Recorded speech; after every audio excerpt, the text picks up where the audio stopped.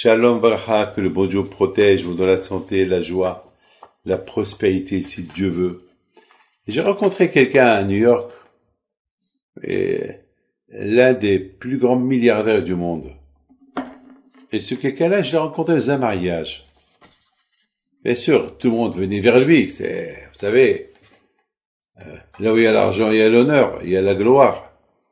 Bon, bien sûr, moi, j'étais de côté. Je le connais pas.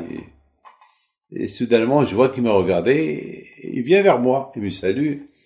Il me dit, j'ai appris que vous êtes tel et tel. Et est-ce que vous connaissez tel et tel rabbin? Je lui dis oui. Et tel et tel rabbin? Je lui dis non.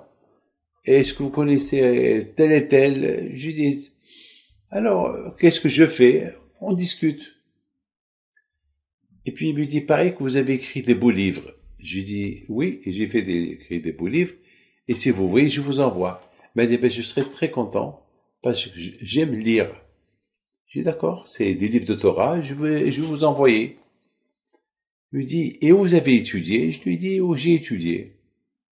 Et où vous avez grandi? J'ai grandi à Essaouira. Ah, Essaouira, Mogador, oui, Mogador. Et il me dit, dites-moi, comment c'était à votre époque, Essaouira? Je lui dis, à mon époque, à Essaouira, on n'était que des juifs dans un ghetto. Le Mellah. Il y avait rien. Il y avait rien. Il y avait pas des magasins de vitrines. Il y avait que des magasins que le soir, ils ferment le magasin, les portes. On n'achetait que du manger, quelques vêtements. Il y avait rien. Il y avait tellement de Torah, il y avait le cimetière. Le cimetière? Oui, le cimetière. Pourquoi? Ben, je lui dis, le cimetière, c'était une attraction pour nous. Aujourd'hui, les gens, ils vont au théâtre. Aujourd'hui, les gens, ils vont au cinéma. Les gens, aujourd'hui, ils ont un iPhone. Aujourd'hui, les gens, ils vont des vacances. Eh ben, à Essaouira, on avait le cimetière. C'était Tzadikim.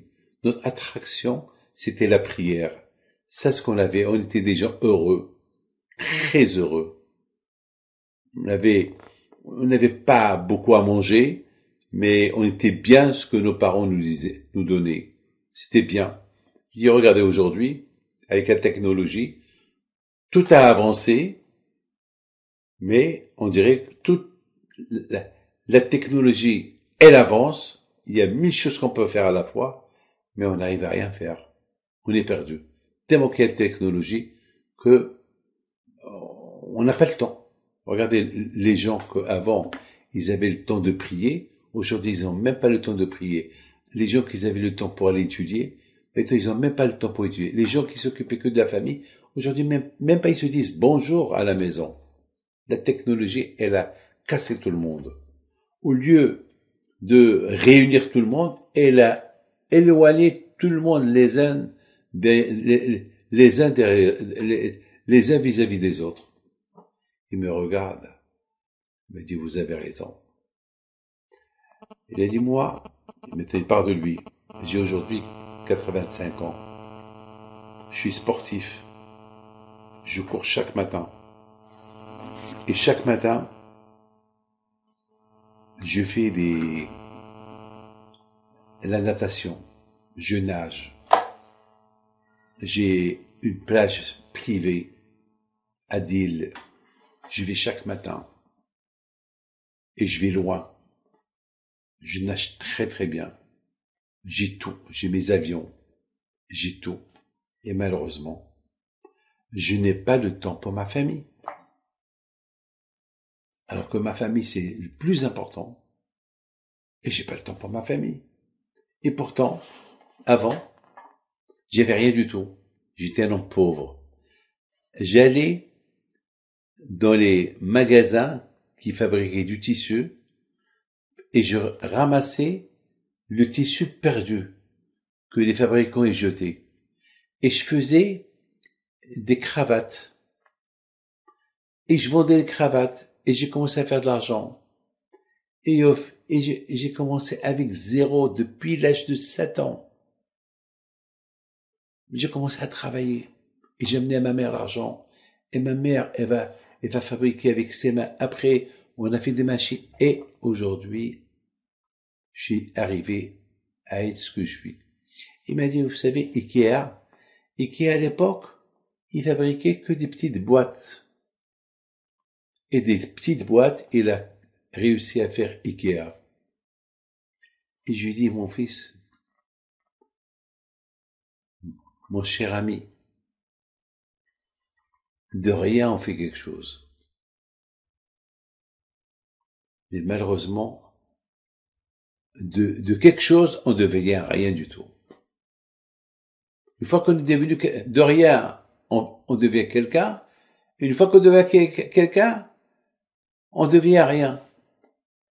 On n'est rien, parce qu'on n'a plus le temps pour personne. On n'a même pas le temps pour nous.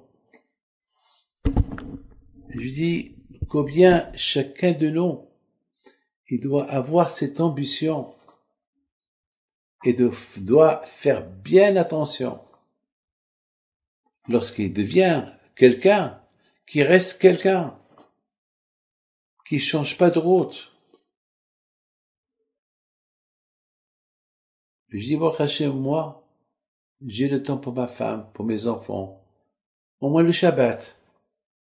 Le Shabbat, j'ai pas de téléphone, j'ai rien du tout. Je suis à la maison avec ma famille, je vais à la yeshiva. J'essaie par tous les moyens de trouver un peu de temps pour la famille. Et surtout, pour Akadosh Baruch Hu, pour le bon Dieu. Mes amis, dans ma vie, j'ai vu des gens, et ça c'est la vérité, qui n'avaient rien, et qui sont devenus quelqu'un, qui sont devenus milliardaires, riches. Et le plus important, c'est que il faut qu'ils vivent dans la hanava, être humble. Ne pas que l'argent les change. Et ce monsieur-là que j'ai vu, ce riche-là, ce pauvre riche, qui est devenu riche, ce que j'ai aimé en lui, c'est que il a une grande émouna. C'est-à-dire, Rabbi David, c'est ce qui m'aide aujourd'hui pour être en bonne parfaite santé et avoir la tête, c'est que j'ai pas oublié une minute que tout ce que j'ai, ça vient de Hachem. C'est Hachem qui m'a tout donné. Ça, je l'oublie pas. Et c'est vrai, il est connu autant qu'un homme qui fait beaucoup de tzedaka, beaucoup de charité, beaucoup. Vous avez aucune idée de ce qu'il fait ce monsieur-là. Il a beaucoup de tzedaka. D'ailleurs, une fois que j'ai terminé ma conversation avec lui, il m'a dit, demain je vais t'envoyer un gros chèque. Il l'a fait. Je le connais pas. Mes amis côté. Akadosh Baruch Hu. On travaille pour lui. On a des institutions. Beaucoup de fois, je dis au bon Dieu, Hachem, si tu veux que je continue mon travail, pour toi, tu m'aides. Parce que si tu m'aides pas, je ferme. Et si je ferme, c'est toi qui perds. Alors Hachem, viens, on continue à être toujours moi, je veux bien vivre. Et je veux bien faire vivre tes institutions qui sont pas les miennes, qui sont les tiens. Parce que la Torah, elle n'est pas à moi, elle est à toi. Et c'est comme ça, Raboté, il ne faut pas qu'on oublie qui est Hachem. Lorsqu'on est grand, on sait qu'il y a Hachem qui est plus grand que nous. Lorsqu'on est petit, on sait que si on est petit, c'est pour voir Hachem qu'il est grand. Mes amis, que Hachem vous protège et vous donne la santé. Bracha v'atzlacha. Amen keratzon.